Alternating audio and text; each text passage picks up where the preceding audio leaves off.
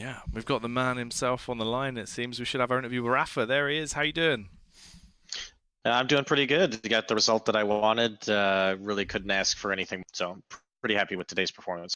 So I think there's been a lot of hype behind Nosfa, and I think for a justifiably good reason.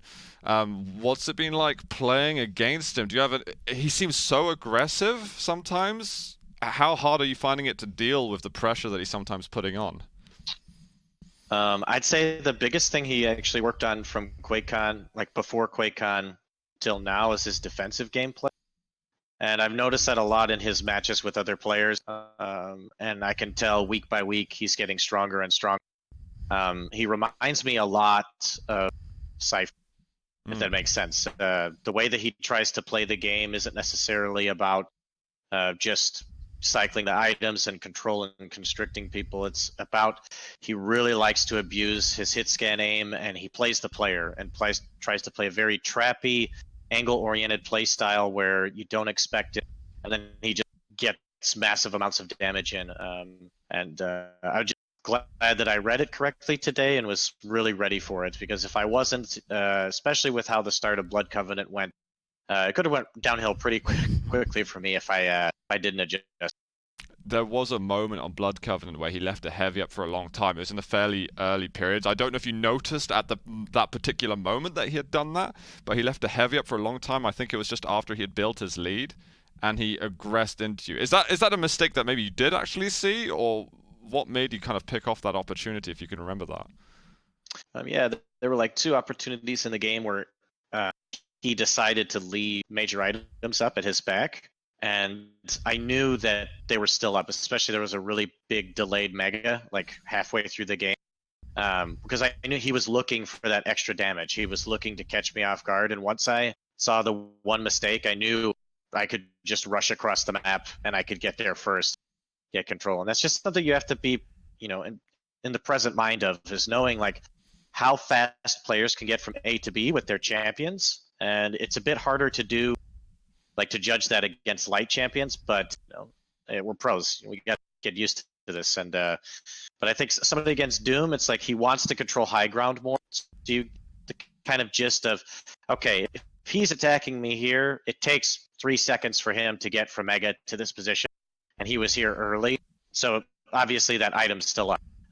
So you just try to factor that into your gameplay and see if you can punish them for that, or just be ready for it and avoid that excess damage. Was there anything he surprised you with going into that you kind of weren't expecting, that seemed sort of different from what you had seen in the past from him, or was it sort of fairly what you expected getting into it today? I think he was just a little nervous today. He made a couple aggressive pushes. The biggest one that comes to mind is the first frag on Veil. I think he thought I had left Mega up the whole time. And so after he got the initial damage, he orbed up there at mid to long range with just shotgun. And so that just gave me a free kill, because he just like made an all-in read and was wrong about it.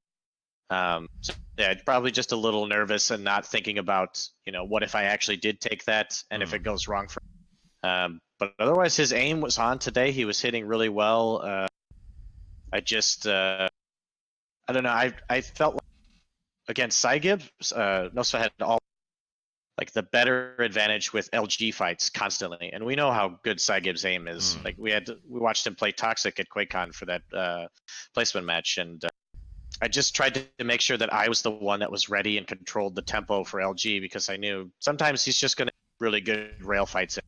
That's how good his aim is. He knows the angles really well, and he wants to play from a distance, but I just need to control that mid range and try to force close range fights as much as I can. And that's probably what helped me win today, is just controlling the LG tempo better than what Saigib did in the last, and kind of shut down his aggressive game.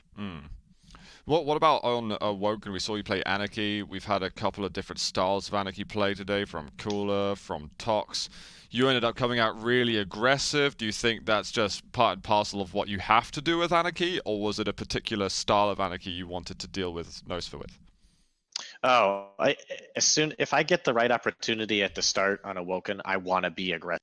Like the fact that you can potentially get a good spawn and you can kit, so you don't necessarily need the mega health, and you can essentially be overstacked on both health and armor. It really sets you up for a good, advantageous first fight. And with the speed that you can use with Anarchy, I think getting that first frag is really important, because it's as much as we've seen Awoken evolve over the last month with the spawn frags that have been happening, people are getting better at avoiding that. And Anarchy is a champion that allows you to go that next step. When you know that how they're going to avoid it, you could take routes to catch them, then like leaving that said area, where it's unanticipated. And I think that's the thing that he really brings to the table. Sometimes he can be a bit squishy, and it can be tough if you can't really get your speed going and you got to play slow. You just got to play disciplined, and just know when you have to be aggressive and put the pedal to. I was just curious as well, if is there anyone you've currently got your eye on in terms of obviously the weeks going ahead throughout Pro League that you are either looking forward to playing against or curious about playing against? I mean, this week's matchup was one that was anticipated for me. I wanted to see how well Nosfa is playing and progressing. But I think after today's performance, I think once Chain and I end up playing, Chain's got a new PC. He looks a lot more solid in how he's his decision making, and especially his aim for like just consistent aim, not necessarily crazy amazing shots, but he's hitting consistently, and that really puts a lot of pressure on people when you're hitting the shots that you're supposed to hit. So I think if he keeps winning and we end up matching up, I think it'll make for a really good, especially because he plays a lot of really fast champs and you can't ban them all. So there's going to be some sort of map where he plays Anarchy or Athena or something like that, or Sorlag, and it's going to be interesting to see how I try to adapt and to deal with it. I think before we close it out, I just want to ask if there's any comments on Sib Dahang. Sim seemed to have a really good game today. I'm just wondering what your thoughts are on it, if you got to catch it at all. That was the time I was warming up, unfortunately. No worries. That's fine. wanted, yeah. So, but I was really impressed with Base today. I watched most of the EU games, so it's going to be interesting to see how well, if he can maintain that shape and if he can keep climbing through the rankings. Because I assume him and Kilson will probably play pretty soon, and that's going to be a really, really good. Awesome.